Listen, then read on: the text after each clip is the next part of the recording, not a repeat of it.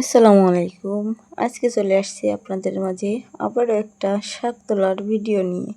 তো আজকের ভিডিওটা একটু অন্যরকম, কারণ আজকে আমি একা আসিনি শাক তুলতে। আজকে আমার সাথে আছে আমার আম্মু, আমার মেজো খালা, এই তিনজনে মিলে আজকে আমরা শাক তুলব।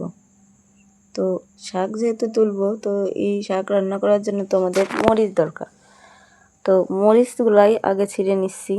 আন্টি এদিক দিয়ে মরিচ ছিঁড়তেছিল, আর আমি এই পাশ দিয়ে অল্প কিছু মরিচ ছিঁড়ার পরে দেখতে পেলাম গত বছরের থেকে আলহামদুলিল্লাহ আল্লাহর অশেষ রহমতে আমাদের বড়ই গাছে অনেক বেশি বড়ই ফুল ধরছে। তো আল্লাহ যদি রহমত করে, আশা করি অনেক বেশি আমরা বড়ই এখান থেকে পেতে পারি। আর গাছের যে পরিমাণে ফুল আর যে পরিমাণে ডালপালা হয়েছে, তো পুকুরের ভিতরে একদম ঝুঁকে পড়ছে। তো এটার কিছু একটা ব্যবস্থা করা লাগবে, যেটা দেখতে পাচ্ছি।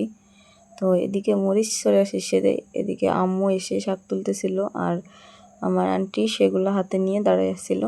তো আমি সেই শাকগুলো নিয়ে ঘরে এসে রেখে আবারও গেলাম। তো এই পাশে শাক তোলা শেষে আমি এখন চলে আসি আমাদের বাড়ির অন্য আরেকটা পাশে। তো এই পাশে হলো সব থেকে বেশি শাক হয়েছে, কারণ এই পাশটা একটু পানি, কারণ পুকুরের ভিতরে পানি অল্প অল্প করে যে চিরচিরে যে পানি, এটার উপর দিয়েই বেশি শাক হয়েছে। তো আমি যেহেতু নিচে নেমে তুলতে পারবো না, সেই কারণে উপর দিয়েই দাঁড়ায় দাঁড়ায় শাকগুলো তুলে নিচ্ছি। আর এদিকে অনেক বেশি সুন্দর সুন্দর শাক হয়েছে। আর আজকে আমরা মূলত সবই কলমি শাক তুলব, কারণ আমরা গত একটা ভিডিওতে আপনারা দেখছেন কলমি শাকের রেসিপি। তো ওইটা হচ্ছিল আমার বাজার থেকে কিনে এনে ওইটা খাওয়ার ভিডিওটা ছিল। তো আজকে আর আমরা বাজার থেকে কিনি নাই, এইটা হচ্ছে আমাদের নিজেদের বাড়িতে পাশে যে পুকুর আছে, তো ওইখানে এই শাকগুলো হয়েছে। তো এখন অল্প অল্প করে আমি শাকগুলো তুলে নিচ্ছি, সাথে সাথে আমিও কিছুটা সহযোগিতা করতেছি, কারণ আম্মু আর আন্টি একা একা তুলতে গেলে কষ্ট হয়ে যাবে। সেই কারণে আমি যত দূর পারি তত দূর আমি তোলার চেষ্টা করতেছি। তো ওইদিকে আন্টি তুলতেছে, আর এখানে আমি আর আমার ডান পাশে আমার আম্মু তুলতেছে। তো শাক তোলা এদিকে তুলতে তুলতে দেখি অনেকগুলাই তুলে ফেলছি। তো ভাবলাম আরও কিছু তুলে নিই, কারণ শাক আজকে আমরা একা খাবো না, আমার আন্টিও কিছু নিয়ে যাবে বাড়িতে, সেই কারণে আজকে একটু বেশি তুলবো। তো অনেকগুলো তুলে ফেলাইছি, তোলার পরে এখন আন্টির কাছে দেব। তো এগুলো নিয়ে বাড়িতে রাখবে। আর সামনে যেগুলা দেখতে পারতেছেন, এগুলো তোলা আমার পক্ষে সম্ভব নয়, কারণ প্রচুর পরিমাণে পানি, ওখানে নামতে গেলে পড়ে যাব। তো আলহামদুলিল্লাহ আজকে আমরা অনেকগুলো শাক পাইছি। আর এই শাকগুলো আন্টিরে দেবো, আর আমরা কিছু রান্না করব। এই বেশ কয়েকদিন বাড়িতে শুধু হাঁস মুরগি গরুর গোস্ত রান্না হচ্ছে, তো যার কারণে মুখে কোনো রুচি নেই, খাওয়ার কোনো কিছু ভালো লাগতেছে না। তো মরিচ এগুলো ছিঁড়ছি, আর আন্টিও কিছু ছিঁড়ে নিছে। এই যে এতগুলো মরিচ ছিঁড়ছে আন্টি, আর আমরাও ছিঁড়ছি ওইগুলো।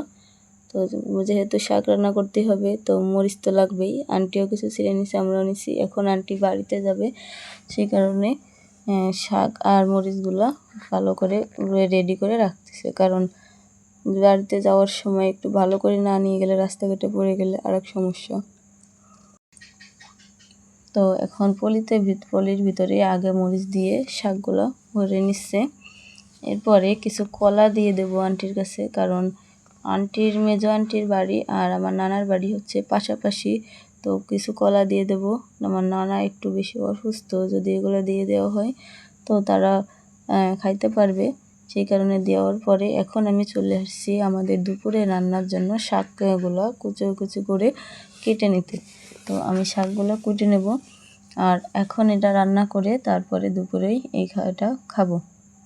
তো আমি অল্প অল্প করেই কুটতেছিলাম, অল্প অল্প করে কুটলে বেশি ভালো হয়, তাই কারণে সব কুটে নিছি একটু একটু করে। আমার কুটা শেষে এখন আমি রসুন কুটে নেব, মরিচ কুটে নেব, পেঁয়াজ কুটা শেষে এরপরে শাকগুলো আমি বালতির ভিতরে আমার কোদের কল পাড়ে এসে পানি বেশি করে দিয়ে তারপরে ধুয়ে নেব।